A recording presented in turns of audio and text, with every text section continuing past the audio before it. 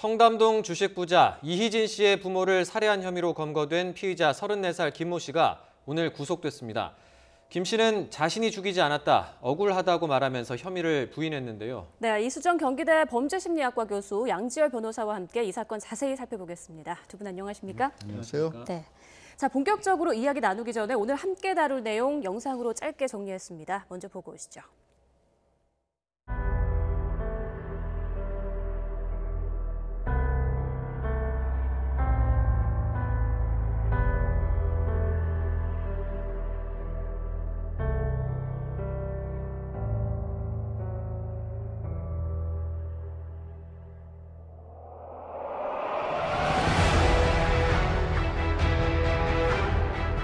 범행 후 3주 동안 뭐 하고 계셨습니까?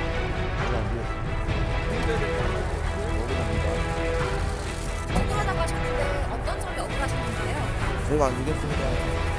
기획사를 혹시였나요? 이수영 씨 아세요?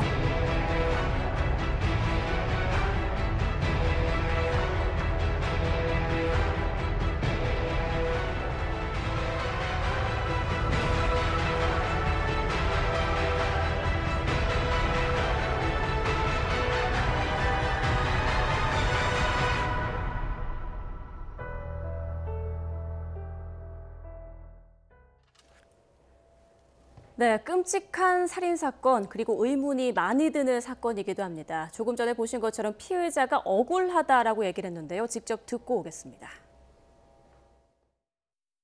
자동차 판매대금 5억 원에 대해서 미리 알고 계셨나요? 이진 씨나 피해자들 미리 알고 계셨어요? 범행 후 3주 동안 뭐 하고 계셨습니까? 제가 안 죽였습니다. 피해자들한테 할 말씀 없으세요? 억울합니다. 억울하다고 하셨는데 어떤 점이 억울하신 건가요? 제가 안 죽였습니다. 왜 기획사 죽이셨어요? 범죄였나요? 이수영 씨 아세요? 5억이 있는 거 어떻게 하셨어요? 5억 지금 어디에 있나요? 네, 지금 영상으로도 보셨지만 교수님 그 피의자가 자기가 죽이지 않았다, 그리고 억울하다라는 표현까지 썼거든요. 어떻게 들으셨습니까? 글쎄 이제 진술을 번복했다라고도 얘기를 할 수가 있을 것 같지만 네. 근데 또 곰곰이 생각을 해보면 이게 사실은 공범에게 다 떠다 맡기려는 계획된 진술일 가능성이 굉장히 높다 이렇게 이제 판단이 되고요. 네. 이유는 이제 그들을 구한 사람이 바로 이 이제 김 씨라는 자이거든요. 그러니까 인터넷에 모집을 해가지고 뭐 경호 일로 좀 도와달라 이래가지고 이제 그냥 영문 모르고 따라온 사람들이라는 주장이었잖아요. 네. 그런데 그 사람들을 비행기표를 준비를 해가지고 지금 이 사건이 일어난 바로 그날 밤에 이제 중국으로 가도록 합니다. 네. 그리고 이제 혼자 남아가지고서는 결국 지금 이렇게 수사 선상에 오른 거죠. 그렇기 때문에 지금 생각을 하고 보면 아마도 그런 것까지 지금 이제 이야기하는 이 시나리오까지 애당초에 짜놨던 거 아닌가 이런 생각들도 사실은 듭니다. 이게 틀림없이 계획범죄인 것인 것 같아서 네. 그렇다면 이 사람들을 중국으로 보내고 그들이 죽였다라고 한다면 한국에 남아 있어도 내가 안 죽였으니까 죽였다는 증거가 지금 없으니까 상당 부분 이제 뭐 유죄까지 가기가 쉽지가 않을 것이다 이렇게 생각을 하는 것 같습니다. 네, 변호사님께 이제 혐의와 형량에 대해서 좀 여쭤보고 싶은데요. 이 김 씨가 직접 살인을 저질렀을 때와 그리고 진술한 것처럼 본인은 그냥 옆에 있었고 공범들이 살해를 했을 때 혐의와 형량 어떤 차이가 있습니까? 이 첫 번째 생각해봐야 될 게요. 이런 어떤 여러 명이 개입한 범죄 어떤 종류의 것이든지 피의자들이 많이 하는 변명 중에 하나가 내가 직접 범행을 저지른 것은 아니다는 얘기는 많이 합니다.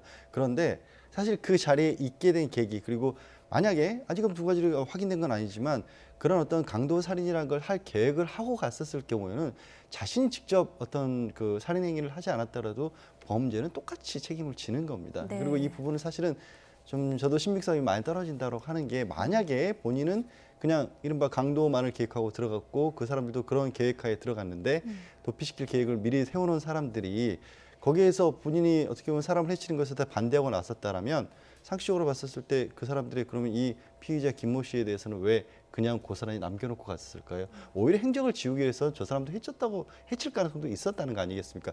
그렇지 않았다라고 본다라면 적극적으로 만류하지 않았다는 정도의 의미가 사실은 아직까지는 같이 모의했을 가능성이 크고 모의를 했다라면 지금 얘기한 것처럼 억울하다고 얘기할지언정 자신이 직접 해치지 않았더라도 사람을 똑같이 해친 책임을 벗어나기 어렵죠. 네. 그리고 현장에 있던 5억 원도 공범들이 가지고 갔다. 그리고 이게 고용 계약금식으로 준 게 아니라 공범들이 가지고 갔다. 네. 그러니까 자기는 그 공범들이 주로 범행을 했다. 자기는 어떻게 보면 뭐 당했다 이런 느낌으로 이야기를 하는 것 같아요. 이런 주장을 계속하는 이유가 어떻게든 좀 혐의를 줄여보겠다 이런 의도가 그러니까 있겠죠. 책임을 피하겠다라는 그런 이제 뭐 거짓말일 가능성이 높은 그런 진술로 보이는데요. 지금 5억의 행방을 찾는 게 지금 굉장히 중요해 보입니다. 이게 네. 사실은 15억 중에 5억이거든요.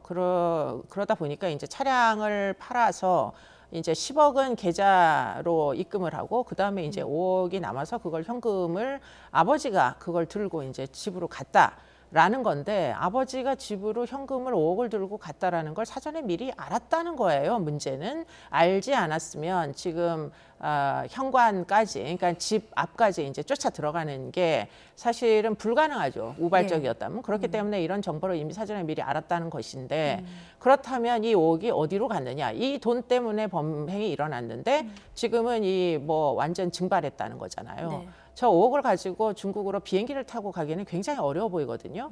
그런데 이제 그들이 가지고 갔다고 주장하니까 이게 지금 앞뒤가 안 맞는 측면들이 틀림없이 있는 거죠. 네, 5억의 행방이 참 중요하다라는 말씀 해주셨는데 그리고 변호사님께서도 많은 사건을 보셨으니까 좀 의문이 드시는 부분이 있을 겁니다. 범행 동기가요. 이 이진 아버지가 2천만 원을 갚지 않았기 때문에 이런 범행을 저질렀다라고 진술을 했단 말입니다. 네. 그런데 2천만 원 때문에 이렇게까지 사람까지 고용해서 일을 저지르다고는 좀 납득이 안 가거든요. 그러니까 그 2천만 원이 계기가 된 거는 맞을 수 있어요. 예. 그런데 2천만 원이 계기가 됐었을 때 그럼 2천만 원을 계기로 그 다음에 내가 어떤 것까지를 바라는지는 또 별개의 문제죠. 2천만 원 때문에 채권 채무 관계가 생겼고 이진 씨와 이진 씨의 동생이 사실상 거짓말로 사업을 했다라는 부분까지는 많이 드러났을 겁니다. 네. 그 다음부터는 그러면 이 사람들에게 내가 2천만 원을 받을 수 있을까 생각하다 보면 지금 저는 한 가지 지금 궁금한 것 중에 하나가 이진 씨에 대해서는 130억 원의 1심에서 130억 원의 추징 명령이 떨어져 있는 상황이었는데 검찰이 추징하는 과정에서 이 문제가 되고 있는 부가티 승용차 뭐 사실상 한 30억 원 가까이 된다고 하죠. 예. 그 승용차가 사실은 동생의 명의로 돼 있는 회사 거로 돼 있어서 추징 과정에서 빠졌다는 부분이 매체를 통해서 알려졌어요. 네. 그러니까 이 말씀을 왜 드리냐면 2천만 원 채권 채무 관계가 있으면서 돈을 받아낼 게 있는데 저 사람들에게는 돈이 없을 것 같다. 그런데 이 관련된 기사를 자세히 언론을 받아보니까 사실은 현금화할 수 있는 자산이 이만큼 많이 있었다라는 걸 아마 주목하게 됐을 수 있다는 거죠. 예. 그럼 그 다음부터는 2천만 원만 내가 가져가겠다는 생각을 했을까요? 그거는 앞뒤가 안 맞는 것 같죠. 그러니까 그 다음부터는 더 많은 돈을 차지할 수 있겠구나라는 생각이 들었으니까 경호원도 불렀고 사실 그 이후에 어떻게 보면 나중에 보니까 좀 어설프게 드러나는 부분이 있지만 계획을 했던 정황들도 많이 보이지 않습니까? 예. 1,500만 원 보증금에 임대료가 500만 원 나가는 창고를 빌렸는데 네. 그 돈만 해도 2천만 원이에요. 그러니까 뭔가 분명히 2천만 원 시작은 됐을지 몰라도 그 시작 때문에 여기저기를 찾아보고 알아보고 생각한 그때는 더 많은 돈을 내가 가져갈 수 있다는 계획을 짰을 것으로 보는 게 상식에 맞을 겁니다. 네. 지금 어쨌든 변호사님 말씀처럼 뭔가 금품을 노린 범행일 가능성이 하나 있는 거고 그리고 또 그것만으로도 또 설명이 안 되는 좀 부분들이 있지 않습니까? 이게 네. 또 뭐 감정이라든지 원한 이런 게 개입됐을 가능성도 존재하지 않습니까? 뭐 지금 여러 가지로 지금 의문이 아주 많습니다. 지금 이제 뭐 이 범인이 이희진 씨 부모라는 걸 혹시 만에 하나 미리 알고 있었지 않았을까 이런 이제 일단은 의심을 하게 되고요. 그렇다면 뭐 지금 이희진 씨가 한 행적을 보면 이게 1,000억대의 사기다 보니까 이 사건과 혹시 이 범인이 뭔가 연관성이 있지 않을까 하는 생각도 한편으로는 해볼 수 있고요. 그리고는 이제 등장인물이 많습니다. 3명만 공범이 아니고요. 그 이후에 이제 시신을 치우는 과정에서 현장에 왔던 지인도 있고 그렇죠. 그리고는 이제 이후에 다시 돌아가서 벤츠 차량을 훔쳐가지고 결국에는 이제 그 자기가 빌려놨던 냉장고를 이삿짐 센터를 시켜가지고 옮겨놨던 그 창고로 이동을 하는 와중에 또 대리기사를 씁니다. 그렇기 네. 때문에 사실은 좀 특이한 이제 뭐 의심을 가질 법한 이런 사람들이 3주 사이에 굉장히 많은 내국인들도 지금 이 사람을 지금 도와주는 입장이었거든요. 그러면 그 여러 명의 이제 이삿짐 센터 직원들 그리고 현장을 치운 뭐 깨끗하게 아주 청결했다는 거잖아요. 그렇게 해서 이제 혈흔이 낭자한 현장을 깨끗하게 치운 지인 그리고는 뭐 대리기사라고 주장하는 이제 벤츠 차량을 창고까지 옮겨준 사람 그러면 이 사람들 중에 단 한 명도 신고를 안 했어요. 네. 그럼 도대체가 왜 이들은 신고를 하지 않았을까 하는 부분에서 지금 김 씨가 정말 중국인 3명만 데리고 범죄를 저지른 게 맞냐부터 사실은 근본적으로 뭐 의심을 해봐야 될 대목이고요. 예. 더 이상한 게 한 가지가 더 있습니다. 이 어머니의 핸드폰을 지금 이 김 씨가 가지고 있었다는 거예요. 예. 그러면서 그 핸드폰을 통해 가지고 김 씨, 이 씨의 동생에게, 이희진 씨의 동생에게 계속 이제 엄마가 살아있는 것처럼 이렇게 문자를 보내다가 결국은 엄마의 이제 뭐 어떤 추천인 것처럼 사업가가 있으니 네. 김 씨를 한번 만나봐라 이렇게 얘기를 했다는 거예요. 그래서 실제로 동생이 김 씨를 만나기까지 했다는 겁니다. 네. 사업가인 양 하면서. 그런데 만났는데 막상 두 사람이 만났으면 예컨대 김 씨가 한국에 남아 있었던 연유는 도주를 할 수 있는 충분한 가능성이 있었음에도 기회가 있었음에도 한국에 남아 있었던 이유는 무엇인가 좀 더 뭐를 도모하기 위해서 아마 남아있지 않았겠어요. 검거될 네. 가능성에도 불구하고. 그러면은 이제 그 도모하는 와중에 동생을 만나는 일이 아마 포함되어 있었을 가능성이 굉장히 개연성은 높은데 만나가지고 밥만 먹고 둘이 헤어졌다는 거예요. 이게 도대체가 말이 안 되는 네. 그런 이제 주장들을 지금 수사기관에서 하고 있는 겁니다. 네. 그 피의자 같은 경우에는 지금 그래픽으로도 보여드리고 있지만 사과를 하려고 죄책감에 사과를 하려고 만났다 이렇게 주장을 하고 있는데 어떻게 보세요?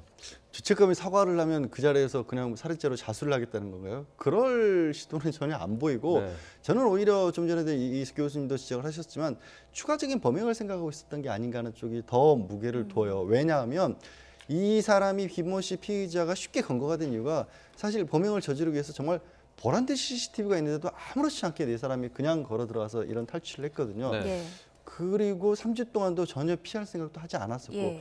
그 얘기는 오히려 지금 뭔가 재산을 매각하고 있다는 거 아까 말씀드렸던 고급 차량을 비롯해서 지금 동생 같은 경우에는 이희진 씨는 1심에서 5년 선고를 받고 지금 집행정지로 장례식을 치르기 위해서 나왔지만 동생은 구속기간 만료로 그 재판은 계속 중이지만 밖에 잠깐 나와 있는 중이거든요. 네. 앞으로 어떻게 될지 모르는 상황에서 그러면 이 사업가로 접근해서 현금이나 많은 것들을 빼돌려서 가지고 있을지 모를 사람을 만났다?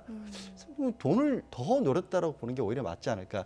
그러니까 계속해서 범죄를 저지를 계획을 했었으니까 창구도 임대했었고 어머니 행세도 했었고 아마 계획이 틀어진 부분이라면 네. 실종 신고를 해서 이 사체가 발견이 되고 이 사건이 있었다라는 부분이 발견된 거가 아마 계속 계획을 못했던 거지 나머지 부분은 상당 기간 길게 끌고 가다가 돈을 더 찾은 다음에 어떻게 보면 신원을 감춘다거나 잠적하거나 뭐 도피한다거나 이런 걸 계획하지 않았을까. 이건 뭐 추론입니다만 그렇지 않고서는 앞뒤가 좀 많이 안 맞는 부분이 있거든요. 네. 아니 사과를 하려고 그분의 어머니 아버지를 해친 다음에 사과를 하려고 만나서 밥을 먹고 헤어진다는 게 그거를 믿을 수가 있겠습니까? 네, 그리고 또 하나 그 칭다오로 달아난 그 공범이죠. 중국 동포 3명 지금 행방이 묘연한데 과연 잡을 수 있을까요?